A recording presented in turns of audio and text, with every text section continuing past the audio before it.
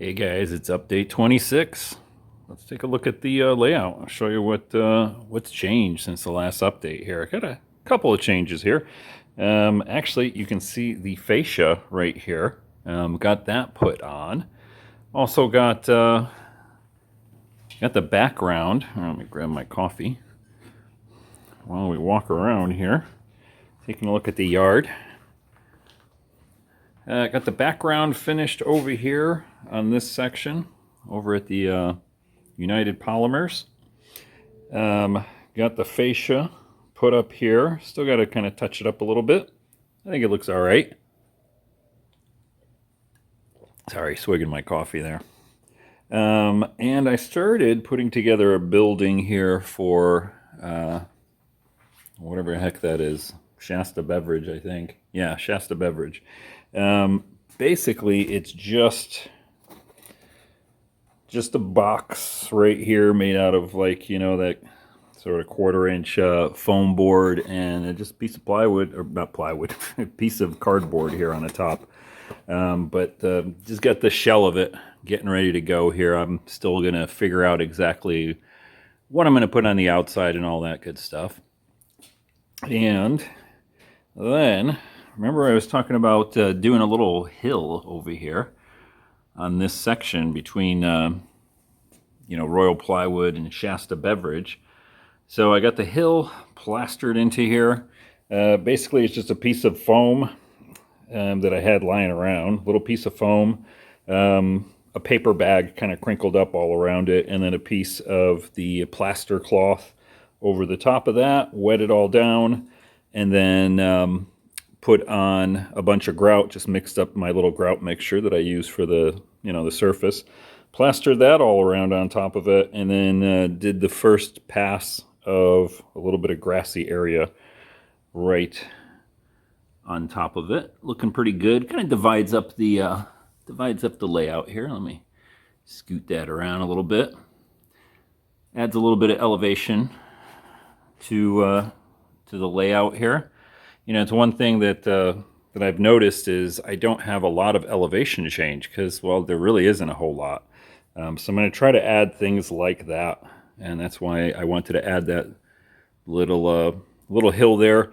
The plan is to add some more grass stuff to it and a bunch of trees and stuff like that. There's actually a little grassy, it's actually a little spot next to I think it's the 5 freeway when you get into Orange County, and it has a little sign on it. I don't think I could make the sign, but it says, Orange County, whatever. But the grass on here isn't actually grass. It's like that, oh boy, I don't know how to describe it. It's like a succulent type plant.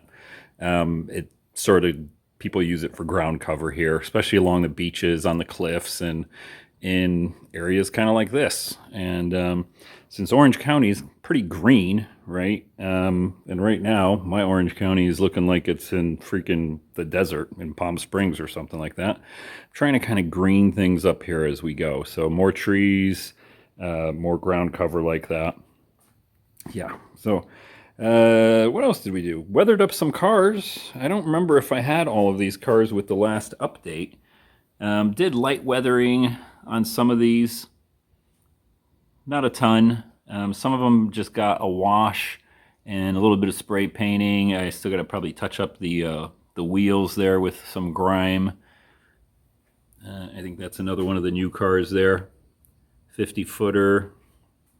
I think this one's new. I can't remember how many cars I got.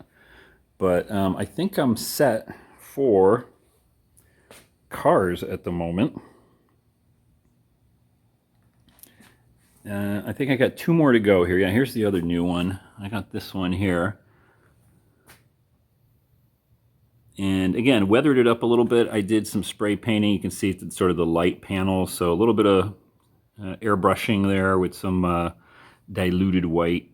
And then a little bit of grime. I think this one still needs a little bit more grime wash on it.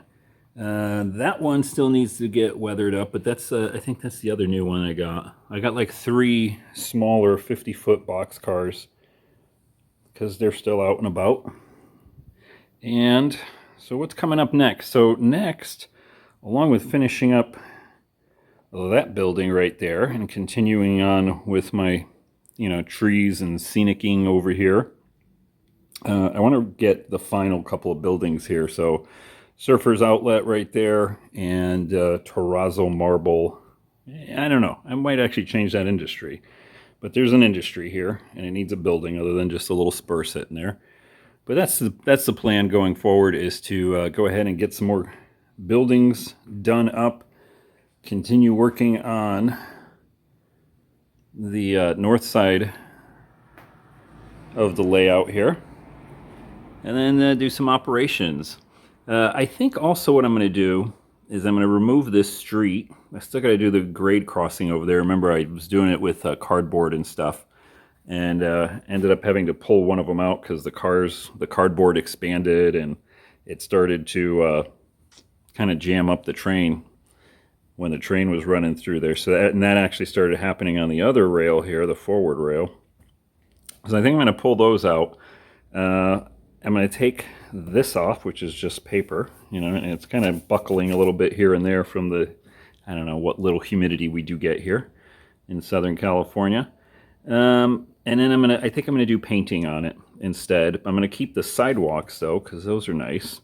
And then I'm not quite sure how I'm going to do the crossing over there. I might just slather it with, you know, some of that plaster or something like that, and then just sort of scribe it. But yeah, and we need one more building or some sort of thing to cover up that area there. But otherwise, I'm glad I got the fascia on here at least. I kind of jacked up the bottom of it a little bit when I was cutting it, but whatever. That'll get covered up because I plan on having like a black, you know, curtain, whatever, and I'm thinking I might just Velcro it right to the outside here so you won't really see the bottom of it. And that'll cover up all the junk underneath there. But I've just been kind of enjoying doing a little bit of this scenicking and building the building over here, and then running operations. So I'll probably do another operations video. As a matter of fact, I'm gonna be running a little bit of operations here in a minute after I'm done with this video. Oh, you know what? I almost forgot. One other thing I got a current keeper from Soundtracks, and that's in there.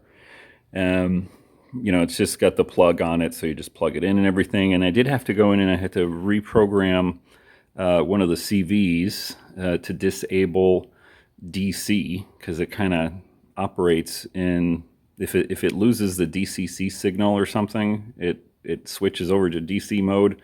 I don't know, it's kind of wacky, but I finally did that this morning and tested it out really quick. So I'm going to do a little operation session here and just test out, make sure it's working good. It was running fine before, but every once in a while, I think it ran into some dirty track and it would lose the DCC signal. And so the current keeper then kind of is still powering the board, and the board kind of swaps over to DC mode, which instantly turns the engine off. You know, and then I had to power down the entire track, let the current keeper drain, you know, for 30 seconds or so, and then power the track back on, which is really annoying.